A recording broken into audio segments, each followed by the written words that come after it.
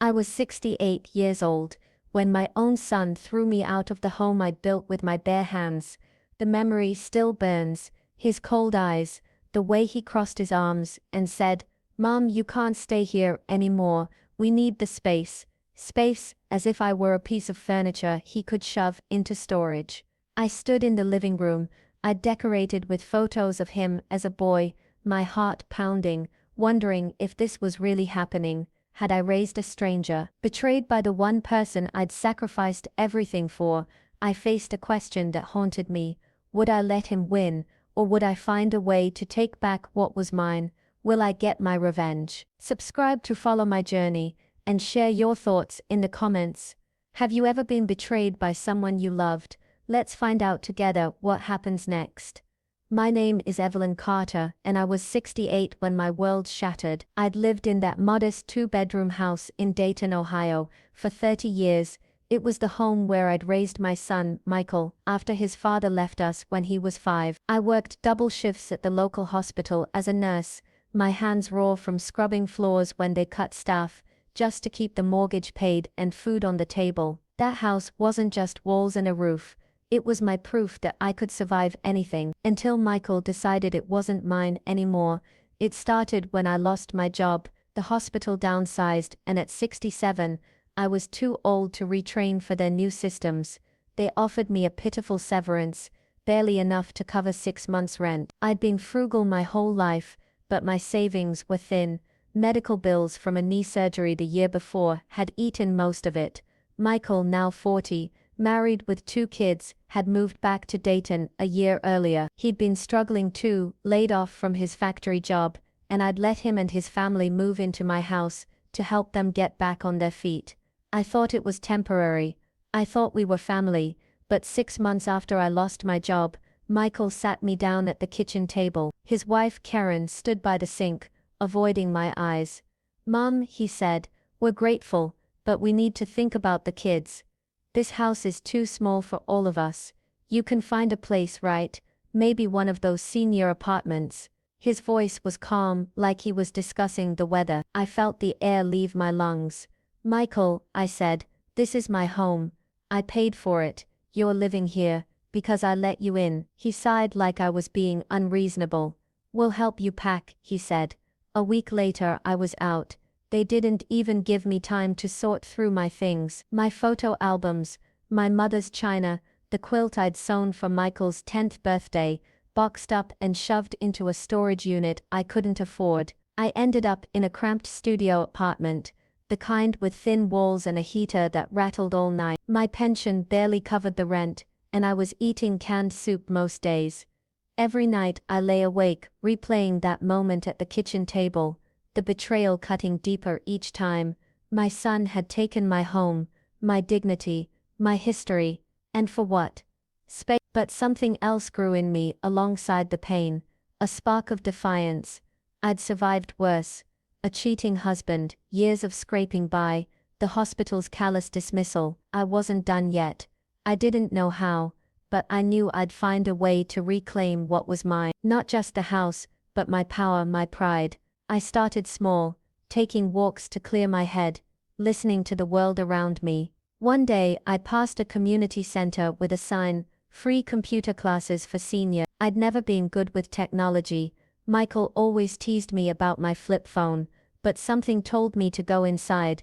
That's where I met Clara, a 72-year-old firecracker who'd taught herself to code after her husband passed. She was leading the class, her fingers flying over the keyboard like she was born to it. "You're never too old to learn," she said, catching my hesitant look. I signed up, not knowing it would change everything. As I sat at that clunky desktop, learning to navigate spreadsheets and search engines, I felt a flicker of hope. Maybe I wasn't powerless, maybe there was a way to fight back. The injustice stung, but it also woke me up. Michael thought he could erase me, but he didn't know the woman I was becoming. I'd spent my life building, sacrificing, enduring. Now I'd use every ounce of that strength to show him and the world that Evelyn Carter wasn't finished. Not by a long shot. Learning computers with Clara was like discovering a secret language. At 68, I was the oldest in the class, surrounded by folks in their 50s and 60s who seemed to catch on faster. But Clara was patient, her sharp eyes catching every time I hesitated. "Evelyn," she'd say, "you raised a kid and worked night shifts. This is just a machine. You've handled worse." Her confidence was contagious, and soon I was spending hours at the community center, practicing after class. I learned to search online, set up an email, even poke around on platforms like X, where I found stories of other women, like me, betrayed, dismissed, but not defeated. One post stopped me cold. A woman in her 70s wrote about how her kids tried to sell her house out from under her, but she'd outsmarted them by digging into property records. Property records, the words stuck with me. My house was still in my name. I'd never signed it over to Michael. Could there be a way to use that? The thought sent a thrill through me, like I was plotting a heist, but I needed more than a hunch. I needed a plan. Clara became my ally. Over coffee at the center, I told her everything.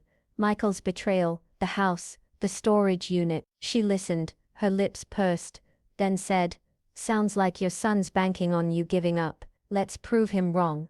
She showed me how to search public records online. It wasn't easy, my hands shook as I typed, half expecting to find Michael had somehow tricked me into losing the deed, but there it was. Evelyn Marie Carter, sole owner. My heart raced. The house was still mine, but knowing that wasn't enough. Michael and Karen were living there, treating it like their own, and I was stuck in a studio with peeling wallpaper. I couldn't just walk in and demand they leave. They'd laugh me out the door. I needed leverage, something to make them see I wasn't invisible. Clara had an idea. "You're sitting on an asset," she said. "That house has value. Have you checked what it's worth lately?" I hadn't. I'd bought it for $80,000 in the 90s, but Dayton's housing market had changed. Clara helped me look up recent sales in my neighborhood. My jaw dropped. Similar houses were going for $250,000. The number sparked something in me, not greed, but possibility. If I could find a way to use the house's value without selling it, I could shift the power back to me. But how? I wasn't a lawyer or a banker. I was just Evelyn, a retired nurse with a high school diploma and a stubborn streak. Clara grinned. "You don't need a degree to be clever. Let's do some digging." We spent weeks researching. Clara showed me how to find local real estate laws on the library's computers. I learned about home equity loans, liens, even reverse mortgages, though I didn't want to go that route. The more I learned, the more I saw a path forming. Michael thought he could push me out because I was old and broke, and alone, but I wasn't alone anymore, and I was learning fast. I started keeping a notebook, jotting down ideas, numbers, questions. It felt like I was building something again, piece by piece. One night, I found a post on X about a woman who'd used her property to secure a loan and start a business, turning her life around. It got me thinking, what if I could do something like that? Not a business, exactly, but a way to generate income from the house without losing it. I didn't have all the answers yet, but the spark of defiance was now aflame.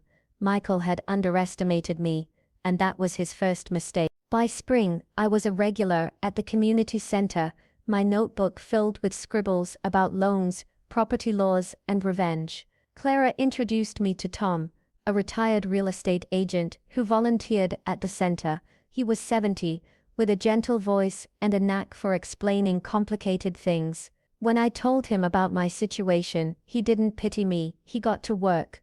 "You've got options, Evelyn," he said. "The trick is finding one that keeps you in control." Tom explained home equity loans in detail. I could borrow against the house's value, maybe $150,000 or more, without selling it. The catch was, I'd need to make payments. And with only my pension, that was risky. But Tom had another idea. A home equity line of credit, or HELOC. It worked like a credit card tied to the house's value, letting me draw money as needed and pay interest only on what I used. "You could use it to cover your rent, maybe invest in something to generate income," he said. "As long as you make the payments, the house stays yours." Invest. The word felt foreign.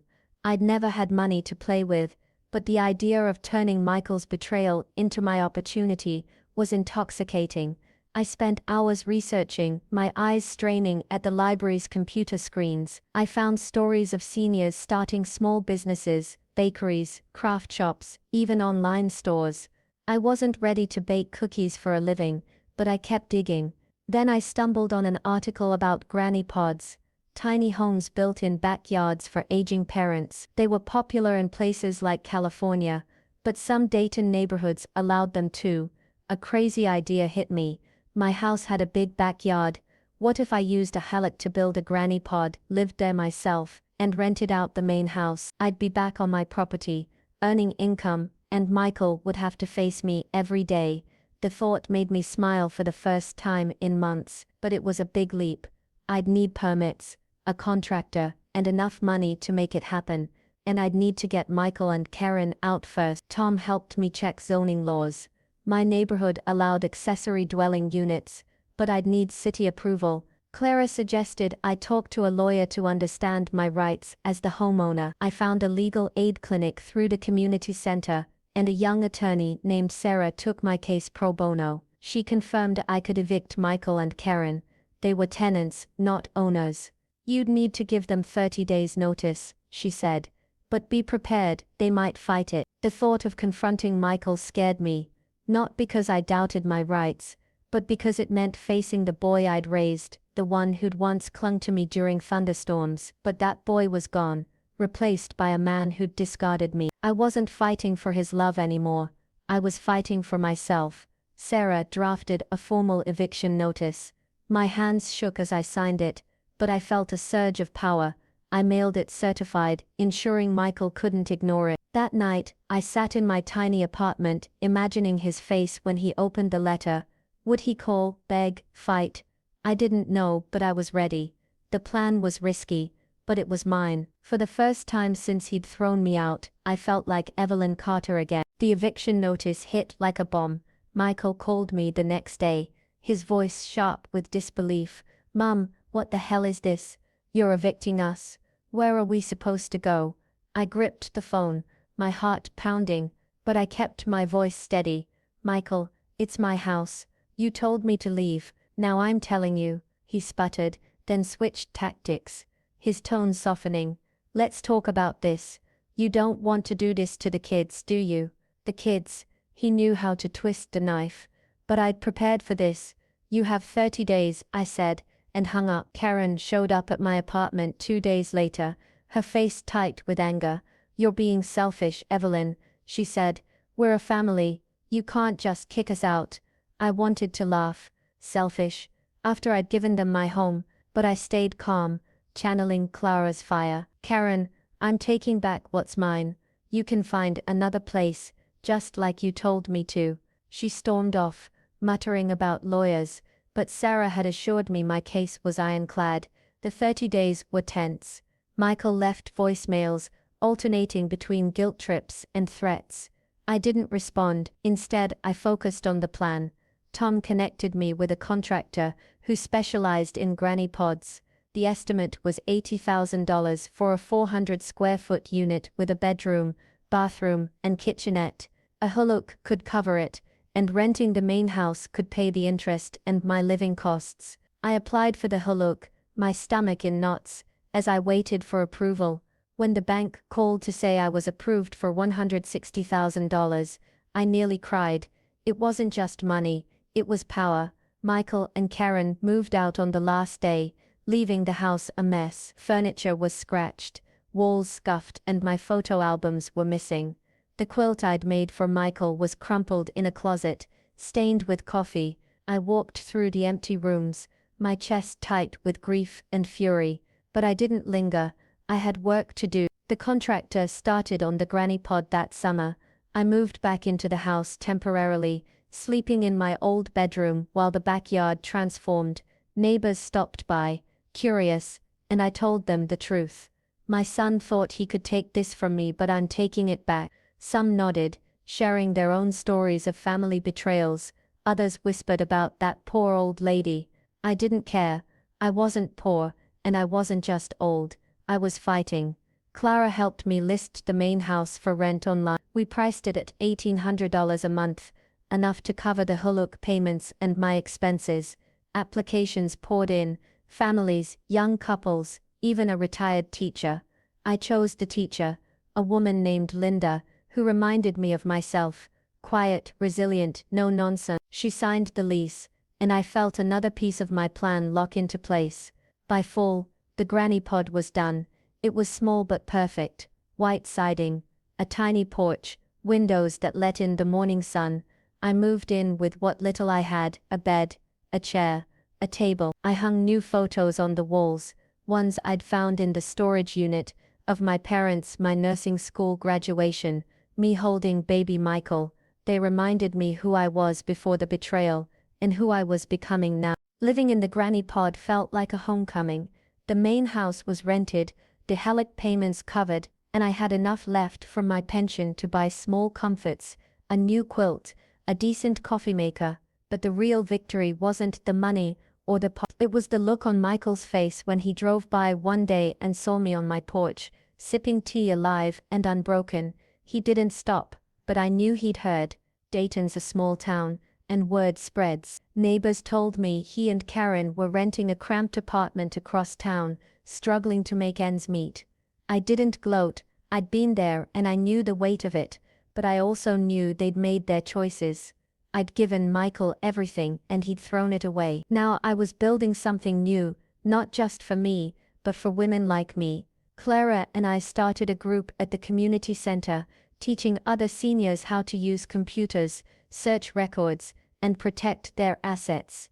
We called it Silver Strength, and it grew fast. Women came with their own stories, sons who drained their accounts, daughters who dismissed them, systems that saw them as invisible.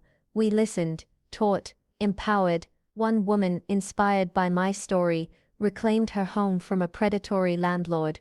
Another started a small online business. I wasn't just Evelyn anymore. I was part of something bigger. The revenge wasn't loud or violent. It was quiet, clever, lasting. I didn't destroy Michael. I didn't need to. I took back my home, my dignity, my life. Every morning I sat on my porch, watching the sunrise, knowing I'd won. Not because I'd hurt him, but because I'd saved myself. And I wasn't done. Silver Strength was just the start. I'd keep learning, keep fighting, keep showing the world that women like me, older, wiser, stronger, weren't finished. Not by a long shot. 68-year-old betrayed, when son cruelly stole her home. Discovering her house's deed sparked hope. "You're nothing to us now," he sneered. Her clever revenge begins. What she does next will shock you forever.